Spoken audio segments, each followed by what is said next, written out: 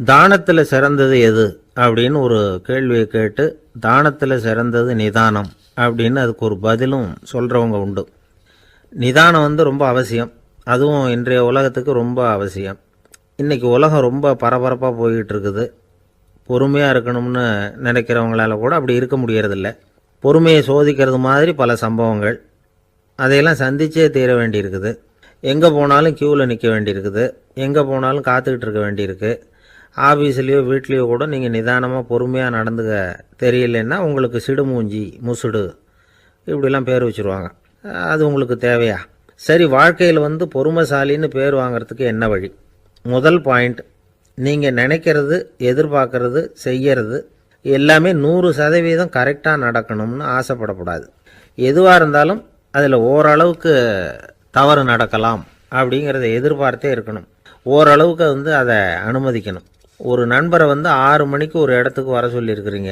6 மணிக்கு அவர் வரலை. உடனே பொறுமை இழந்து நடந்துக்கக்கூடாது. ஒரு 10 நிமிஷம் டிலே ஆகலாம். ஒரு வர்ற வழியில் பஸ்ஸு கூட ஏதாவது டிராஃபிக்கில் மாட்டியிருக்கலாம். அதெல்லாம் எதிர்பார்த்தே கொஞ்சம் காத்திருக்கிறதுல ஒன்றும் தப்பு இல்லை. சில சமயம் டிலே ஆகிறது கூட நல்லதாக முடியும். ஒரு பஸ்ஸை தவற விட்டுட்டு ஐயோ கொஞ்சம் ஒரு 2 நிமிஷம் முன்னாடி வந்திருந்தா பிடிச்சிருக்கலாமே அப்படின்னு தவிச்சிக்கிட்டு இருப்பாங்க சில பேர். அடுத்தபடியாக வர்ற பஸ்ஸு நேரடியாக நீங்கள் போக வேண்டிய இடத்துக்கே கொண்டு போய் விடுற பஸ்ஸாக கூட இருக்கலாம். அது உங்களுக்கு முன்னாடி தெரியாதுல்ல. சில நெருக்கடியான சூழ்நிலைகளை தமாஷா எடுத்துக்கிறதுக்கு பழகிக்கணும். சில இடங்களுக்கு போகிறப்ப காத்திருக்கிறதுக்கு நம்ம மனசை தயார்படுத்திக்கிட்டே போகணும். ஒரு ரயிலுக்கோ பஸ்ஸுக்கோ அல்லது விமானத்துக்கோ கப்பல் பிரயாணத்துக்கோ போகிறப்போ அங்கே போய் நீங்கள் மணிக்கணக்கில் கூட காத்துக்கிட்டு தான் இருக்கணும். புறப்படுற நேரம் கூட மாறலாம். நீங்கள் போய் சேர்ந்ததும் அது உடனே புறப்படணும்னு கட்டாயமாக என்ன? அது மாதிரி சமயத்தில் படிக்கிறதுக்குன்னு சில சுவாரஸ்யமான புத்தகங்களையும் கையில் எடுத்துக்கலாம். உங்களை சுற்றி எவ்வளவோ சுவாரஸ்யமான சம்பவங்கள் நடந்துக்கிட்டு இருக்குதுல்ல, அதையெல்லாம் வேடிக்கை பாருங்கள். எதுக்காக காத்துக்கிட்டு இருக்கிறோமோ அந்த காரியத்தில் உண்மையாகவே நமக்கு ஒரு அக்கறை இருந்தால் நமக்கு போர் அடிக்காது. சில கோயில்களில் பார்த்துருப்பீங்க, தரிசனத்துக்காக பக்தர்கள் நாள் கணக்கில் காத்துக்கிட்டு இருப்பாங்க. அவங்களெலாம் அழுத்துக்கிறது இல்லை. ஆண்டவனை தரிசிக்கணுங்கிற உண்மையான அக்கறை இருக்கிறதுனால அவங்களுக்கு போர் அடிக்கிறது இல்லை. ஆனால் சில சினிமா தியேட்டரில் கூட பார்க்கலாமே, சினிமா கியூ கூட அப்படி தான். சாயந்தரம் 6 மணி ஆட்டத்துக்கு காலம்பரம் 6 மணிக்கே போய் கூட காத்துக்கிட்டு இருப்பாங்க. அவங்களுக்கெல்லாம் போர் அடிக்காது. படம் பார்க்குற ஆர்வம். இன்னொரு முக்கியமான விஷயத்தை நாம் பழக்கப்படுத்திக்கணும். லிவ் ஃபார் தி மூமெண்ட் அப்படிங்கிறாங்க நிபுணர்கள். ரொம்ப பேர் எப்படின்னா அடுத்தபடியாக நடக்க போகிற விஷயத்திலேயே கவனமாக இருப்பாங்க. அந்த நினைப்புலேயே இந்த நிமிஷத்தை பொறுமை இல்லாமல் கழிப்பாங்க. ஒருத்தர் இருக்கார், அவர் எப்படின்னா ஆஃபீஸ் முடியறதுக்குள்ளேயே சார் 5 மணிக்கெல்லாம் ரெடியாக இருங்க, நாம் அந்த ஹோட்டலில் போய் டிஃபன் சாப்பிட்ணும் அப்படின்னு 4 மணிலேருந்து சொல்லிகிட்டு இருப்பார். 4:55க்கே பரபரப்பாக ஓடி வருவார். 2 பேரும் புறப்படுவோம், ஹோட்டலுக்கு போவோம், சாப்பிட்டுக்கிட்டு இருப்போம். அப்படி சாப்பிட்டுட்டு இருக்கிறப்பே சார் சாப்பிட்டு முடித்ததும் நேராக ஒரு ஜவுளி கடைக்கு போகிறோம் அப்படிம்பார். பரபரக்க சாப்பிட்டு முடிப்பார், புறப்படுவார். ஜவுளி கடையில் அவசரமாக சீக்கிரம் பில் போடுங்க சார், சினிமாவுக்கு நேரம் ஆகிடும்பார். சினிமா தியேட்டரில் உட்காந்து அடுத்தபடியாக எங்கே டின்னர் சாப்பிட்றதுன்னு யோசனை பண்ணிகிட்டு இருப்பார். ராத்திரி படுக்கையில் விழுந்ததுக்கு அப்புறமும் நாளைக்கு காலையில் எழுந்திரிச்சதும் அதை பண்ணணும் இதை பண்ணணும்னு திட்டம் போட்டுக்கிட்டே இருப்பார். அதாவது எப்போவும் அடுத்த நிமிஷம், அடுத்த நாள், அடுத்த வாரம், அடுத்த வருஷம், இதுதான் அவங்க சிந்தனை. இந்த நிமிஷம் என்ஜாய்மெண்ட்டை அவங்க இழந்துடுறாங்களாம். அதனால தான் வாழ்நாள் பூரா பொறுமையின்மை, அவஸ்தை, அல்லல். அதனால் நாம் எல்லாரும் வாழ்க்கையில் நிதானமாக இருக்கிறதுக்கு கற்றுக்கணுமா. அதுக்காக இந்த நிதானத்துக்கு வேறு விதமான அர்த்தம் பண்ணிக்கக்கூடாது. ஒருத்தர் அப்படித்தான் ஒரு தடவை அவருடைய குதிரை காணாமல் போயிட்டு தான். அதுக்காக அவர் கவலைப்படலை, நிம்மதியாக இருந்தார், சந்தோஷமாக இருந்தார். என்ன சார் இது, உங்கள் குதிரை திருட்டு போயிட்டுதுங்கிறீங்க, நீங்கள் கவலைப்படாமல் இருக்கிறீங்களே அப்படின்னு கேட்டாங்களாம். அதுக்கு அவர் சொல்லியிருக்கார், நல்ல வேலை சார், கட்டியிருந்த குதிரை காணாமல் போயிருக்குது. நான் அது மேலே உட்காந்துருக்கிற சமயம் அது காணாமல் போயிருந்ததுன்னா, திருட்டு போயிருந்ததுன்னா நானும் சேர்ந்தில் காணாமல் போயிருப்பேன் அப்படின்னாராம். எவ்வளவு நிதானமான ஆள் பாருங்க. ஒருத்தர் ஓடி வந்தார், இன்னொருத்தரை பார்த்து, சார் உங்கள் சைக்கிளை ஒரு நாள் இரவல் கொடுங்களேன், பக்கத்து ஊருக்கு போயிட்டு வர வேண்டியிருக்கு அப்படின்னார். இவர் சைக்கிளை கொடுத்து பத்திரமா கொண்டுட்டு போங்கன்னார். சார் இதை பத்திரமா கொண்டு போகிறேன், கவலையே வேணாம், ஏன்னா இது உங்களோட சைக்கிள் அப்படின்னு நான் நினைக்கல, என்னோட சைக்கிளாக நினைக்கிறேன் அப்படின்னார். அதுக்கப்புறம் தான் இவருக்கு உண்மையாகவே பயம் வந்துட்டுது. ஏன்னா அவர் சொன்னது மாதிரி அதை தன்னோட சைக்கிளாகவே நினச்சி தள்ளிட்டு போட்டால் என்ன பண்ணுறது. எது எதை நம்முடையதா நினைக்கணுங்கிறதுக்கு ஒரு வரையறை இருக்குது. சில பேர் ஆஃபீஸையே வீடாக நினச்சி விடுறது உண்டு. அப்படிப்பட்டவங்க கூட வீட்டை ஆஃபீஸாக நினைக்கிறதில்ல. ஏன்னா வீட்டில் இவர் ஆஃபீஸராக நடந்துக்க முடியறதில்ல. இதெல்லாம் ஒரு பக்கம் இருக்கட்டும். இப்போ விஷயத்துக்கு வருவோம். பொறியியல் மேதை டாக்டர் விஸ்வேஸ்வரய்யா இருந்தார் இல்லையா, பாரத ரத்னா விருதெல்லாம் கொடுத்தாங்களே. ஆஃபீஸ் வேலை வேற, சொந்த வேலை வேற அப்படிங்கிறதுக்கு ஒரு உதாரணமாக இருந்தவர் அவர். மைசூர் மகாராஜா கிட்ட திவானாக இருந்தார். அவர் ஒரு நாள் அரசாங்க வேலை காரணமாக வெளியூர் போயிருந்தார். ஹாசன்கிற ஊருக்கு பக்கத்தில் ஒரு பயண மாளிகை, அங்கே தங்கிவிட்டார். ராத்திரி அங்கே தங்கி இருந்துட்டு விடிஞ்சதும் ஊருக்கு திரும்புறதாக திட்டம். ராத்திரி தூங்கிறதுக்கு ரொம்ப நேரம் ஆயிட்டுது. ரொம்ப நேரம் வரைக்கும் அரசாங்க சம்பந்தப்பட்ட வேலைகளையே பார்த்துக்கிட்டு இருக்கிறார். அரசாங்க ஃபைல்கள் நிறைய இருந்தது. அதையெல்லாம் ஒவ்வொன்றா எடுத்தார், படித்து பார்த்தார், பரிசீலனை பண்ணார். அதில் எழுத வேண்டியதை எழுதினார், கையெழுத்து போட்டார். ஒரு வழியாக அந்த வேலையெல்லாம் முடிஞ்சுது. அதுக்கப்புறம் என்ன பண்ணார்னா, தன்னுடைய சூட்கேஸை திறந்தார். அதிலிருந்து 2 மெழுகுவத்தியை எடுத்து கொளுத்தி வச்சார். அந்த பயண மாளிகையில் அது வரைக்கும் எரிஞ்சிக்கிட்டு இருந்த மின்சார விளக்குகளை அணைச்சிட்டார். அதுக்கு பிறகு அந்த மெழுகுவத்தி வெளிச்சத்தில் சில புத்தகங்களை தொடர்ந்து படிக்க ஆரம்பிச்சிட்டார். அந்த பயண மாளிகையில் பணியாளராக இருந்தவர் இதை பார்த்துட்டு ஓடி வந்தார். மறுபடியும் மின் விளக்க போடுறதுக்காக போனார். விஸ்வேஸ்வரய்யா அதை பார்த்துட்டு போட வேணாம்ட்டாராம். இது வரைக்கும் நான் அரசாங்க அலுவல்களை கவனிச்சுக்கிட்டு இருந்தேன், அதனால் மின் விளக்குகள் அப்போ எரிஞ்சதில் தப்பு இல்லை. இப்போ நான் புத்தகம் படிச்சுக்கிட்டு இருக்கேன், இது என்னுடைய சொந்த வேலை. இங்கே இருக்கிற மின் விளக்கு அதுக்காக ஏன் எரியணும் அப்படின்னு கேட்டாராம். இப்போ இருக்கிற சில அரசு பணியாளர்கள்கிட்ட இந்த சம்பவத்தை பேச்சோட பேச்சாக சொல்லி பார்த்தேன். அவங்களால இதை ஜீரணிக்கவே முடியல. நேர்மை தேவைதான் சார், அதுக்காக அவ்வளவு தூரத்துக்கு அது தேவையா அப்படிங்கிறாங்க. விஸ்வேஸ்வரய்யா அப்படி பண்ணினது தான் ஒரு நேர்மையாளர் அப்படின்னு இந்த உலகத்துக்கு நிரூபிக்கணுங்கிறதுக்காக இல்லை. தான் அப்படி நடந்து காட்டினா தன்னை சுற்றி இருக்கிறவங்களும் அதை கேள்விப்படுறவங்களும் முடிஞ்ச அளவுக்கு பொது வாழ்க்கையில், அரசு பணியில் நேர்மையை கடைபிடிக்க முயற்சி பண்ணலாமே அப்படிங்கிறதுக்காகத்தான். இப்போவும் சில பேர் இருக்கிறாங்க, இவங்க ஆஃபீஸ் வேறு வீடு வேறேன்னு நினைக்கிறதில்ல, அவ்வளோ உரிமை. ஒருத்தர் அப்படி தான், அவருக்கு அவசரமாக 5000 ரூபா தேவைப்பட்டது. ஆஃபீஸு பணத்தை எடுத்துக்கிட்டார். அந்த நேரம் பார்த்து ஆடிட் வந்துட்டுது. ஆப்பிட்டுக்கிட்டார். விசாரணை நடக்குது. அவர் சொல்கிறார், சார் நான் நேரம் காலம் பார்க்காம ஆஃபீஸில் வேலை செய்வேன். ஏன்னா அதை என்னோட ஆஃபீஸாக நினைக்கிறேன். அவசரத்துக்கு அந்த பணத்தை எடுத்தேன், மறுபடியும் வச்சுடலாம்னு தான் இருந்தேன். அதுக்குள்ளே இப்படி ஆகிட்டுது. நீங்கள் என்ன நினச்சாலும் சரி, நான் ஆஃபீஸ் வேறு வீடு வேறு அப்படின்னு நினைக்கிறதில்ல, அது என்னோட சுபாவம் அப்படின்னார். விசாரணை பண்ணவர் தீர்ப்பு வழங்கினார். உங்கள் சுபாவத்துக்கு மதிப்பு கொடுத்து நானும் தீர்ப்பு வழங்குறேன். நீங்கள் கொஞ்ச நாள் ஜெயிலில் இருந்துட்டு வாங்க, அது உங்களுக்கு கஷ்டமாக இருக்காதுன்னு நினைக்கிறேன். ஏன்னா அங்கே போனாலும் நீங்கள் உங்கள் சுபாவப்படி வீடு வேற ஜெயில் வேறன்னு நினைக்க மாட்டீங்க அப்படின்னாராம். எனக்கு ஒரு உதவி செய்யணும் அப்படின்னு நம்மளை பார்த்து ஒருத்தர் கேட்குறாருன்னு வச்சுங்களேன், உடனே நாம் அவரை பார்த்து என்ன உதவின்னு கேட்போம். இதுதான் சராசரி மனிதர்களின் இயல்பு. ஆனால் ஒருத்தர் எனக்கு ஒரு உதவி செய்யணும் அப்படின்னு கேட்ட உடனே என்ன உதவின்னு கூட கேட்காம சரி செய்கிறேன் அப்படின்னு ஒத்துக்கிறது இருக்கு பாருங்கள், அது கொஞ்சம் அபூர்வம். அந்த காலத்தில் ஒருத்தர் இருந்தார். அவர் எப்படி தெரியுமா, உதவி கேட்குறவங்க நல்லவங்களா கெட்டவங்களா அப்படின்னு கூட பார்க்கல, தனக்கு நன்மையா தீமையா அப்படின்னு கூட பார்க்கல, உதவி செய்கிறேன்னு புறப்பட்டு விட்டார். அவர் யார் தெரியுமா, அவர் தான் நல சக்கரவர்த்தி. அவர் மாதிரி நாம் உதவி கேட்குறவங்களுக்கு உடனே உதவி செய்கிறதுக்கு தயாராக இருக்கணும் அப்படின்னு சொன்னார் ஒரு ஆன்மீக பேச்சாளர். நல சரித்திரத்தை அவர் சொல்லிக்கிட்டு இருந்தார். இந்திரன், அக்னி, வருணன், யமன் இவங்க 4 பேரும் நலனை பார்த்து எங்களுக்கு நீ உதவி செய்யணும், எங்களுக்காக நீ தூது போகணும் அப்படின்னு கேட்குறாங்க. யாருக்கிட்ட தூது போகணும், என்ன காரியத்துக்காக போகணும் அப்படின்னு கேட்கணும்ல. நலன் அப்படி கேட்கவே இல்லை, உடனே சரின்னு ஒத்துக்கிறான். அதுக்கப்புறம் அவங்க விவரம் சொல்கிறாங்க, என்ன உதவி, யாருக்கிட்ட தூது போகணும் அப்படிங்கிற விவரத்தை சொல்கிறாங்க. நலனுக்கும் அப்புறம்தான் புரியுது, எந்த தமயந்தியை இவன் காதலிச்சானோ, எந்த தமயந்தின் சுயம்பரத்துக்காக இவன் போய்கிட்டு இருக்கிறானோ அந்த தமயந்தியை பார்த்து தங்களுக்காக அவகிட்ட வாதாடணும், பேசணும், தங்களில் ஒருத்தரை கல்யாணம் பண்ணிக்கும்படியாக கேட்கணும் அப்படின்னு அவங்க 4 பேரும் நலன்கிட்ட கேட்குறாங்க. இதை கேட்டதும் நலன் கொஞ்சம் கூட முகம் சுளிக்கலை, பதட்டப்படலை. நேராக தமயந்தி கிட்ட போகிறான். இந்திரன், அக்னி, வருணன், யமன் இவங்களோட சிறப்புகளை எடுத்து சொல்கிறான்.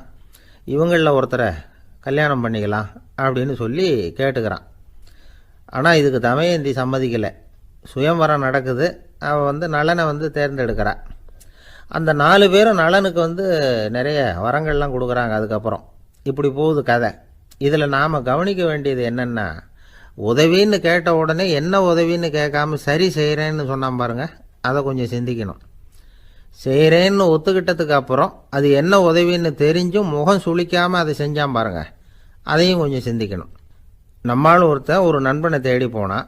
எனக்கு ஒரு உதவின்னா சரி சொல்லுன்னா, இப்போ உங்ககிட்ட 2 கார் இருந்தால் என்ன பண்ணுவேன்னா, உடனே அதில் ஒன்று உங்ககிட்ட கொடுத்துருவேன்னா, அவன் உங்ககிட்ட 2 பங்களா இருந்தால் என்ன பண்ணுவேன்னா, அதில் ஒன்று உங்ககிட்ட கொடுத்துருவேன்னா, உங்ககிட்ட 2 பேனா இருந்தால் என்ன பண்ணுவேன்னா, அதில் ஒரு பேனாவை உங்ககிட்ட கொடுக்க மாட்டேன்னா அவன்.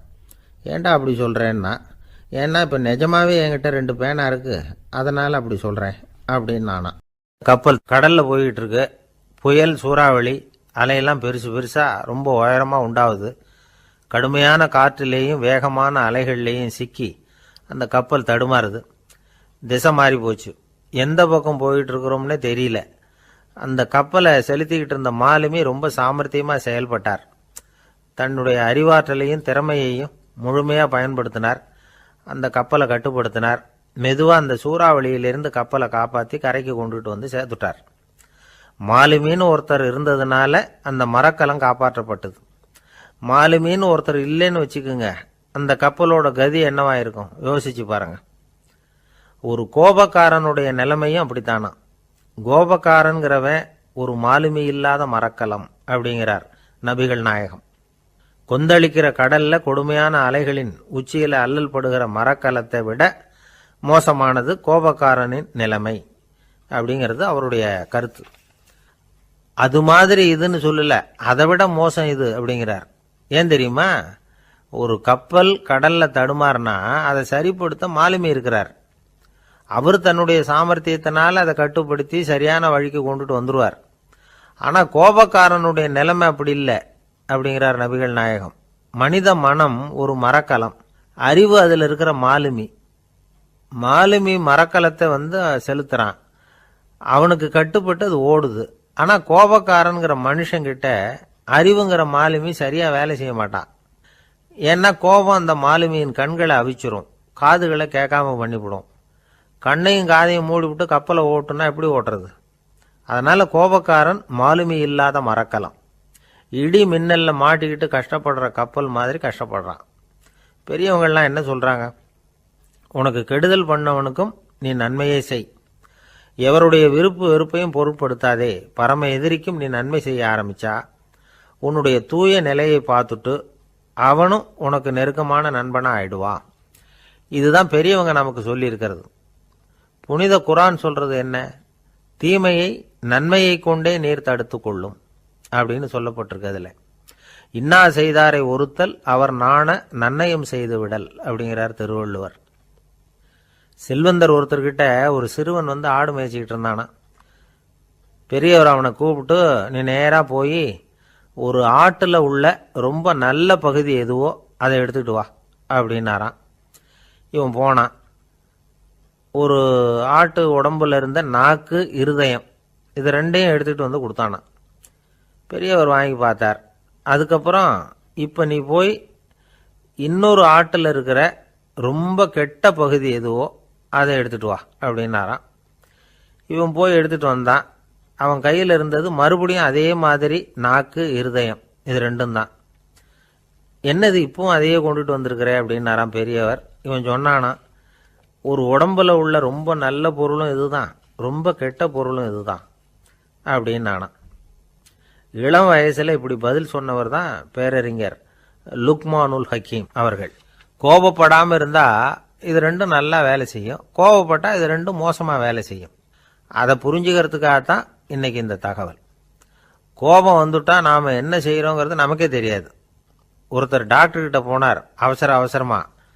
டாக்டர், எனக்கு இப்ப கடுமையான கோப வெறி, எனக்கு கண்ணு மண்ணு ஒன்றும் புரியல, உடனடியாக அதை கட்டுப்படுத்தணும், உடனே இதுக்கு ஏதாவது ஒரு மாத்திரை கொடுங்க ப்ளீஸ் அப்படின்னார். அந்த டாக்டரும் உடனே ஒரு மாத்திரையை கொடுத்து இதை உடனே போடுங்க, நான் தண்ணி கொண்டுட்டு வரேன்னு உள்ளே போனார். தண்ணியோடு திரும்பி வந்தார். இவர் சொன்னார், டாக்டர் நீங்கள் கொடுத்த மாத்திரை ரொம்ப பெருசாக இருந்தது, இருந்தாலும் கஷ்டப்பட்டு முழுங்கிட்டேன்னார். டாக்டர் சந்தேகத்தோட மேசையை பார்க்குறார். பார்த்தா மாத்திரை அங்கேயே இருக்குது, பேப்பர் வெயிட்டை காணல. ஒரு நண்பர் யாருக்கோ ஃபோன் பண்ணிகிட்டு இருந்தார். அவர் பேசி முடித்ததும் நான் அவரை பார்த்து, இப்போ ஃபோன் பண்ணிங்களே, அந்த ஃபோன் நம்பர் என்ன அப்படின்னு கேட்டேன். அவர் தலையை சொரிஞ்சுக்கிட்டார், ஞாபகம் வரலன்னார். சரி சார், அதை விடுங்க, உங்கள் மனைவி பேர் என்ன அப்படின்னு கேட்டேன். மாலதின்னார். என்ன சார் இது வேடிக்கை, கொஞ்ச நேரத்துக்கு முன்னாடி பேசின ஃபோன் நம்பர் மறந்து போச்சு, எப்போவோ கல்யாணம் பண்ணிக்கிட்ட மனைவி பேர் மறக்கலை, அதை கரெக்டாக சொல்லிவிட்டீங்களே அப்படின்னு கேட்டேன். அவர் என்ன ஒரு மாதிரியாக பார்த்தார். அவர் அப்படி என்னை பார்த்ததில் ஒன்றும் தப்பு இல்லை, ஏன்னா நாம் எல்லாருமே அப்படித்தானே, ஒரு குறிப்பிட்ட காரியத்துக்காக தொலைபேசியில் ஒருத்தட்ட பேசுகிறோம், அதுக்கப்புறம் அந்த எண் நமக்கு அனாவசியம், அதனால் மறந்துடுறோம். இதுக்கு பேர் தான் தற்காலிக ஞாபகம். ஆனால் மனைவி பேரை மறந்துட முடியுமா? முடியாது. அது அவசியமான ஒன்று. அடிக்கடி அந்த பேரை உபயோகப்படுத்துகிறோம், அதனாலேயும் அது முக்கியங்கிறதுனாலேயும் அதை மறக்கறதில்ல. இதுக்கு பேர் நிரந்தர ஞாபகம். சரி, இந்த தற்காலிக ஞாபகம், நிரந்தர ஞாபகம், இது ரெண்டு ஞாபக அளவுகளையும் கட்டுப்படுத்துறது எது அப்படின்னா மூளைக்குள்ளே நடக்கிற மின்சார நடவடிக்கைகள் தான். தற்காலிக ஞாபகம் ஒரு மின்னல் மாதிரி தோன்றி மறையுது. நிரந்தர ஞாபகம் ஒரு படிவம் போல மூளையில் படிஞ்சுடுது.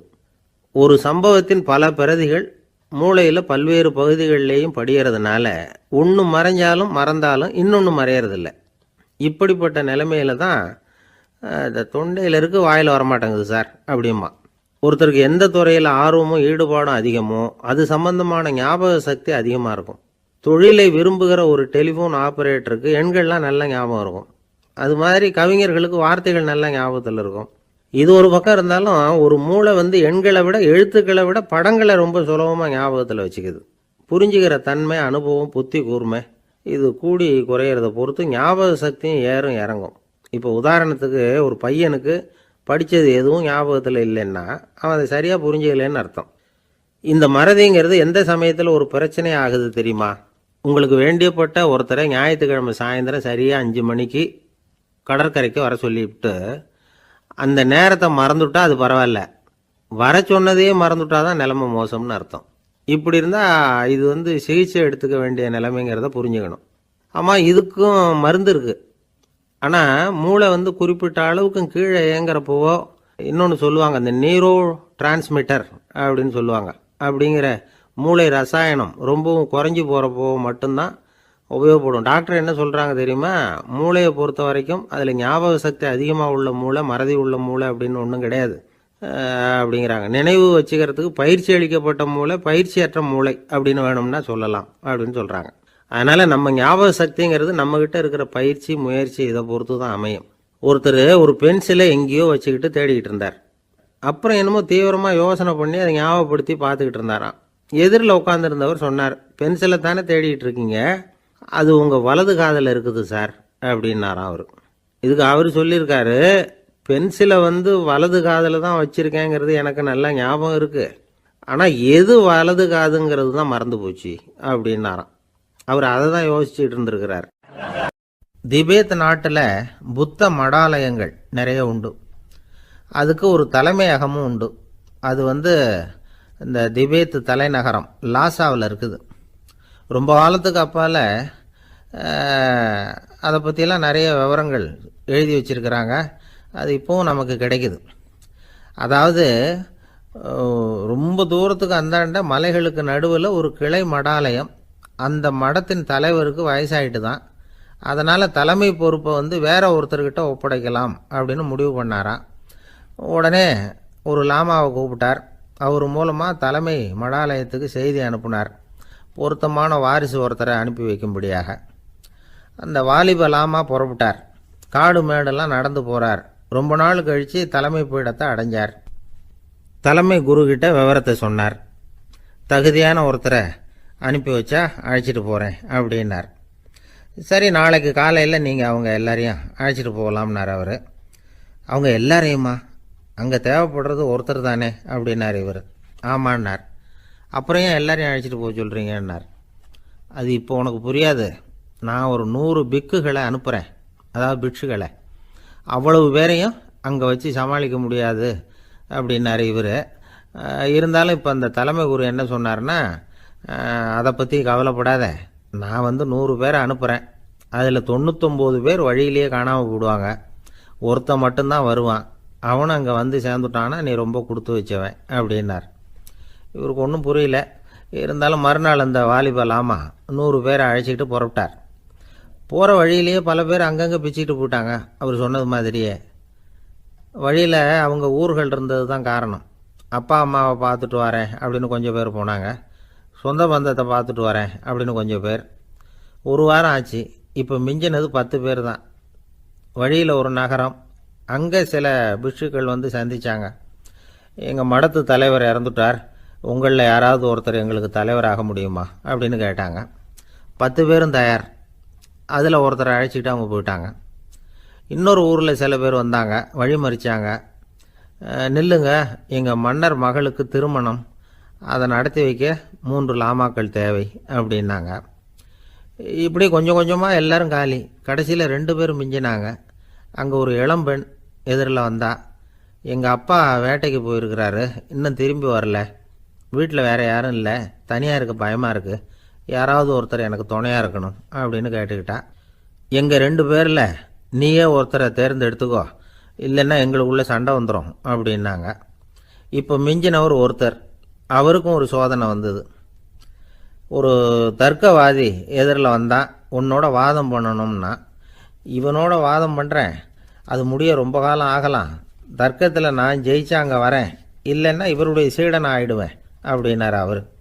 கடைசியாக அழைக்க வந்த வாலிபலாமா மட்டும் வெறுங்கையோடு திரும்பி போனார்.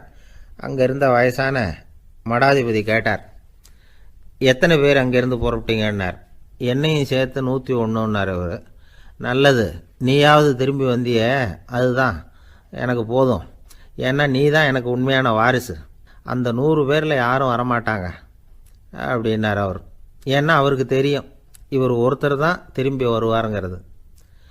திபேத்தில் ஒரு பழங்கால பழமொழி உண்டாம், 100 பேர் செல்லலாம், எப்பொழுதாவது ஒருவன் அபூர்வமாக அடைய வேண்டிய இடத்தை அடைவான். இதுதான் அந்த பழமொழி. ஒரு உன்னதமான இலக்கை அடையணும்னா அது அவ்வளவு சுலபமான காரியம் இல்லை. இந்த காலத்து மடாலயம் ஒன்று, அதில் ஒரு தலைவர், அவருக்கு வயசாகிட்டுது, தனக்கு ஒரு வாரிசை நியமிக்கணும் அப்படின்னு ஆசைப்பட்டார். ரொம்ப கஷ்டப்பட்டு ஒருத்தரை பிடிச்சார், தனக்கு வாரிசாக நியமிச்சுட்டு அவர் சமாதி ஆகிட்டார். புதுசாக பொறுப்பேற்றுக்கிட்டவர் அப்படியே உட்காந்துருந்தார். அவரை தேடிட்டு பத்திரிகை நிருபர்கள்லாம் வந்தாங்க, கேட்டாங்க. அவர் உங்கள் பொறுப்பில் வந்து அவர் பெரியவர் விட்டுட்டு போன இது எவ்வளவு சுமாராக தேரும், எவ்வளவு விட்டுட்டு போனார் அப்படின்னு கேட்டிருக்கிறாங்க. அது என்ன ஒரு 50 லட்சம் இருக்கும் அப்படின்னாராம். அவ்வளவும் பணமா அப்படின்னு கேட்டிருக்காங்க. இல்லைங்க, கடன் அப்படின்னாராம் இவர். ரொம்ப பேருக்கு கூட்டத்தில் பேசுறதுன்னா பயம், நமக்கு ஒன்றும் தெரியாதுன்னு மற்றவங்க நினச்சிடக்கூடாதுங்கிற எண்ணம் தான் இதுக்கு காரணம். ரொம்ப முக்கியமான ஒரு கூட்டம்னா பயம் அதிகமாக இருக்கும். முக்கியமானவங்கள்லாம் வருவாங்களே, அவங்களாம் நம்மளை பற்றி மட்டமாக நினச்சிருவாங்களே அப்படிங்கிற பயம் வந்துடும். ஆனால் மேடை பேச்சுங்கிறது அவ்வளவு கடினமான ஒரு காரியம் இல்லைங்கிறாங்க அது சம்பந்தமான நிபுணர்கள். யாரும் பேச்சாளர் ஆகலாம், இது ஒன்றும் பெரிய கிஃப்ட்டு கிடையாது அப்படின்னு அவங்க சொல்கிறாங்க. நீங்கள் ஒரு சிறந்த பேச்சாளர் ஆகணுமா அப்படின்னா அதுக்குன்னு சில ஆலோசனைகளை சொல்லி வச்சுருக்கிறாங்க அனுபவசாலிகள். முதல் ஆலோசனை என்னென்னா, உங்கள் பேச்சு வந்து எளிமையாக இருக்கணும். ஏதாவது ஒரு கருத்து அல்லது 2 கருத்து சொன்னால் போதும், 20 அல்லது 30 கருத்துக்களை சொல்லிகிட்டே போகக்கூடாது. 2வது ஆலோசனை, நீங்கள் என்ன பேச போகிறீங்கிறது முதல்ல உங்களுக்கு நல்லா புரியணும், அதுக்கப்புறம் தான் அதை அடுத்தவங்களுக்கு புரிய வைக்க முடியும். எப்படி ஆரம்பிக்க போகிறோம், எந்த கருத்தை முக்கியமாக வலியுறுத்த போகிறோம், எப்படி முடிக்க போகிறோம் அப்படிங்கிறத முதல்ல நல்லா சிந்திச்சு மனசில் வச்சுக்கணும். கடைசியாக என்ன சொல்கிறீங்களோ அதுதான் கேட்குறவங்க மனசில் நிற்கும். 3வது ஆலோசனை என்னென்னா, உங்கள் பேச்சு சுருக்கமாக இருக்கணும். ஒரு 15 நிமிஷம் பேசுறது ரொம்ப பொருத்தம், மணிக்கணக்கில் பேசிக்கிட்டு இருக்கிறது நல்லதில்லை. 4வது ஆலோசனை, நீங்கள் பேசுறது உண்மையாக இருக்கணும். உங்களுக்கு உண்மையான அனுபவங்கள் இருக்கும், அதை சொல்லலாம். உங்களுடைய உண்மையான அனுபவங்களை மற்றவங்களோட பகிர்ந்துக்கணும், அதுதான் முக்கியம். 5வது ஆலோசனை, ஆரம்பத்தில் கொஞ்ச நேரம் உங்களை பற்றியும் எதிரில் உள்ளவங்களை பற்றியும் சம்பந்தப்படுத்தி ஏதாவது பேசி ஒரு நெருக்கத்தை ஏற்படுத்திக்கணும். ஒவ்வொருத்தரும் இப்போ இவர் பேச போகிறது நம்ம சம்மந்தப்பட்டது அப்படின்னு நினைக்க ஆரம்பிச்சிருவாங்கல்ல, அதுக்கப்புறம் அவங்க கேட்க தயாராகிட்டாங்கன்னு அர்த்தம். எதிரில் உட்காந்துருக்கிற கூட்டத்திலிருந்து 3 பேரை தேர்ந்தெடுங்க. அதாவது வலது பக்கம் ஒருத்தர், நடுவில் ஒருத்தர், இடது பக்கம் ஒருத்தர். அதாவது உங்களை ரொம்ப கனிவாகவும் ஆர்வமாகவும் பார்க்குறவராக பார்த்து தேர்ந்தெடுத்துங்க. மனசுக்குள்ள நீங்கள் பேசும்பொழுது என்ன பண்ணணும்னா, இவங்களை நேருக்கு நேராக மாறி மாறி பார்த்துக்கிட்டே பேசுனீங்கன்னா நீங்கள் ஏதோ ஒட்டுமொத்த கூட்டத்தையும் பார்த்து பேசுகிறதாக ஒரு உணர்வு அது ஏற்படுத்திவிடும். 6வது ஆலோசனை என்னென்னா, சொற்பொழிவுன்னா நீங்கள் பேசணும், படிக்கக்கூடாது. எழுதி படிக்கிறது நல்லா இருக்காது. குறிப்புகள் வேணும்னா வச்சுக்கலாம். படிக்கிறது பேப்பர்லேருந்து வர்றது மாதிரி இருக்கும், பேசுறது இதயத்திலேருந்து வர்றது மாதிரி இருக்கும். அப்புறம் 7வது ஆலோசனை சொல்கிறாங்க. அது என்னென்னா, மேடையில் ஏறி நின்ன உடனே இயல்பாக மூச்சை இழுத்து விட்டுங்க, இயல்பு நிலைக்கு வாங்க, அதுக்கப்புறம் இயல்பாக பேச ஆரம்பிக்கலாம் அப்படிங்கிறாங்க. இவ்வளவும் பேச்சு கலையில் வல்லுநர்களாக இருக்கிறவங்க சொல்லுகிற ஆலோசனைகள். இதையெல்லாம் கடைபிடிச்சா நமக்கும் அதுக்கும் வெகு தூரம்னு நினச்சிக்கிட்டு இருந்த ஒன்று இப்போ கிட்டத்தில் நெருங்கி வந்துடும். நாம் சொல்கிறபடியெல்லாம் அது கேட்கும். ஒரு பேச்சாளர், அவருக்கு சுருக்கமாகவே பேச தெரியாது. மேடையில் ஏற்றி விட்டுவிட்டா போதும், ஆரம்பிச்சிருவார், நிறுத்த மாட்டார், பேசிக்கிட்டே இருப்பார். ஒரு தடவை அவர் ஒரு கூட்டத்தில் ரொம்ப நேரம் பேசிக்கிட்டே இருக்கிறார். எதிரில் பொறுமை இழந்த ஒருத்தர் தன்னுடைய கை கடிகாரத்தை காட்டினார். அதை கவனித்த பேச்சாளர், மன்னிக்கணும், கை கடிகாரம் நான் கொண்டுகிட்டு வர மறந்துட்டேன், அதுதான் நேரம் போனதே தெரியல அப்படின்னு சொல்லியிருக்கிறார். இதுக்கு அவர் சொன்னாராம் கோபமாக, ஏய்யா கடிகாரத்தை தான் பார்க்க முடியல, மறந்துட்டேன், பக்கத்தில் மாட்டியிருக்கிற கேலண்டரையாவது பார்க்கக்கூடாதா அப்படின்னாராம். காலை நேரம், கடற்கரை ஓரம், காலை வீசிக்கிட்டு கையை வீசிக்கிட்டு ஏதோ சண்டைக்கு போகிற சிப்பாய் மாதிரி எல்லாரும் நடந்து போயிட்டுருக்கிறாங்க. நடைப்பயிற்சி. அதில் நமக்கு தெரிஞ்ச ஒருத்தர் எதிரில் வந்தார் ரொம்ப வேகமாக. என்ன சார் வாக்கிங்க அப்படின்னு கேட்டோம். அவரால் ஆமாம்னு பதில் சொல்ல முடியல, அவ்வளவு கஷ்டம். மூச்சு விடுறதுக்கே வாயை திறந்து மூடிட்டு இருக்கிறார். எங்கே பேசுறது? கொஞ்சம் நின்று நிதானித்து மூச்சு விட்டுட்டு அதுக்கப்புறம் சொன்னார் ஆமாம் அப்படின்னு. என்ன சார் இவ்வளவு வேகம்னோ? உங்கள் பேச்சை கேட்டுவிட்டு தான் சார் நடக்க ஆரம்பித்தோம். நீங்கள் தான் அடிக்கடி சொல்லிகிட்டு இருந்தீங்க நடக்கிறது நல்லதுன்னு. அன்னையிலேருந்து ஆரம்பிச்சுட்டேன், ஆனால் ரொம்ப கஷ்டமாக இருக்குது சார். இப்போ பாருங்கள், உங்கள்கிட்ட சுலபமாக பேசக்கூட முடியல, மூச்சு வாங்குது, உடம்பு கூட வலிக்கிறது மாதிரி இருக்குது அப்படின்னு அவர் பாட்டுக்கு பேச ஆரம்பிச்சிட்டார். உங்களை யார் சார் இவ்வளவு வேகமாக நடக்க சொன்னது?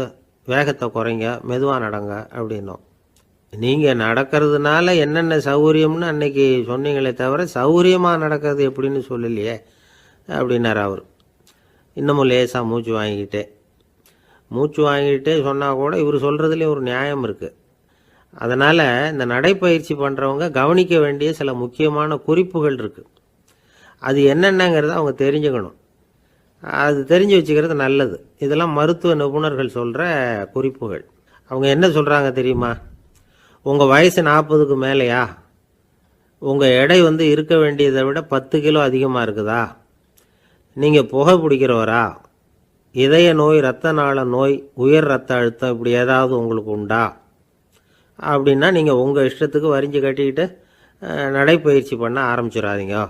முதல்ல ஒரு மருத்துவ பரிசோதனை பண்ணிக்கோங்க, அதுதான் நல்லது அப்படின்னு அவங்க சொல்கிறாங்க.